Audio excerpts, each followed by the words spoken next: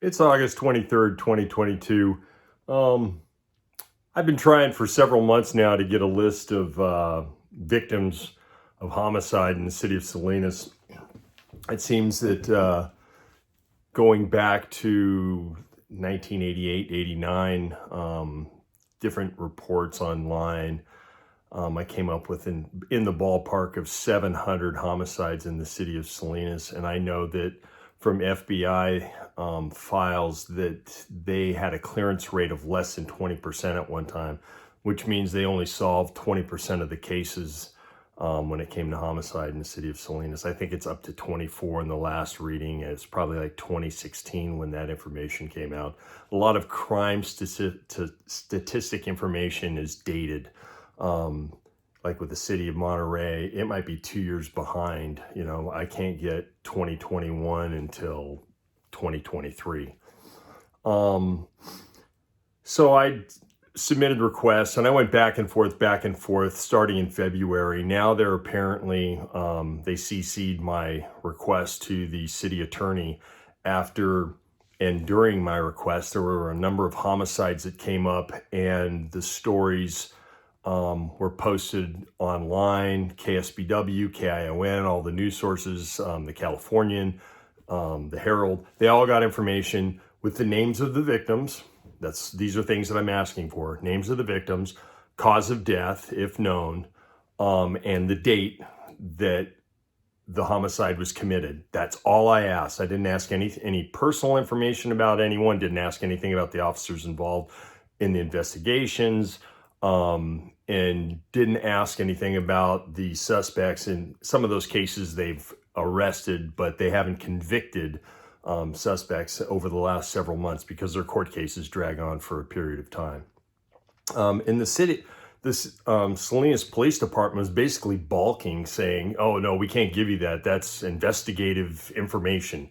I go, "Well, you release that publicly on a regular basis every time there's a homicide. You know, you notify the family or the friends, and you notify the families, and then you'll release the information to the victims." But I think just due to the nature of such a request, there was going to be so many names that they'd have to come up with. They either didn't want to deal with it, or this is just their way of just blowing you off. So that brings me to today. I've just watched the video of Nancy Pelosi, Speaker of the House, her husband and his DUI. California Highway Patrol was dispatched to the scene of the accident, arrested him for DUI per the DA of that county. And he is shown clearly in the video and he answers the questions, and this is all on TV right now. I asked for the same thing, and if you go to my homepage here, you'll see the Luis Alejo video, supervisor of Monterey County. I call him Deuce Alejo now, because that's what you call a drunk driver, is a deuce. And they totally blurred him out.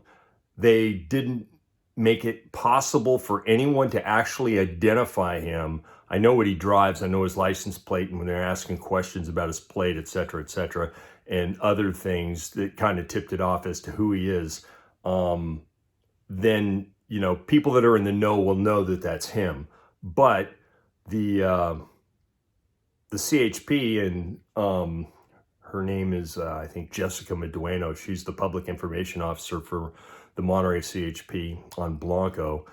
She was basically assuring me, no, that they weren't going to redact anything, and they weren't going to, I'd be able to get the information that I wanted to. And she was pretty positive with our exchange, asking for information related to that case. And I didn't see any reason why they wouldn't. There was another case in Sacramento where a state senator was arrested for DUI, and they showed the whole thing. You saw him, his name, everything.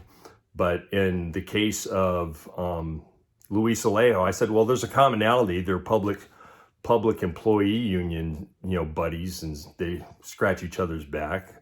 But I'm curious, why is Paul Pelosi shown full tilt boogie in his CHP video, and that was released to a TV program, and it's now being played on television and probably going to be on the internet on YouTube and who knows where else. But Luis Alejo is totally scrubbed and, totally washed away. I'm kind of curious who at the CHP station in Monterey is protecting a drunk driver. Anyways, I just had to bounce this off of my chest because it's been bothering me, and I've seen other cases where, but I just don't have the time and the resources to go after every case. I can't hire a lawyer and have him subpoena the information, and maybe I need to learn how to get a subpoena. Yeah, there we go. I could do that. Probably wouldn't be too hard. Anyways, I'm still waiting. The city, Salinas PD has since sent me back another email saying that they're going to need a little more time. And I've been more than understanding in this entire situation. But, when they jerk you around for the first few back and forth emails, they're either not paying attention to what you're asking for, because they asked me to clarify, and then I sent them the original, and I sent it to them on paper. I sent it via the mail. So hopefully when that comes out, I'm just going to do a video, and it's going to list everybody, and it's just going to scroll through, because I think people should know who has been murdered in Salinas, and maybe someone will remember something like in the city of Seaside, the acting chief Borges over there, he just instituted a policy of putting that information out. And one of the people on that list I happen to go to school with. So we're all touched by this in one way, shape, or form. And I just think that you should remember those that have fallen before you and do what you can to bring the criminals to justice. Anyways, I got to go, but I just had to put this out there. And to the guy that said, hey, I haven't put a video out in a while, there's another one. See you later.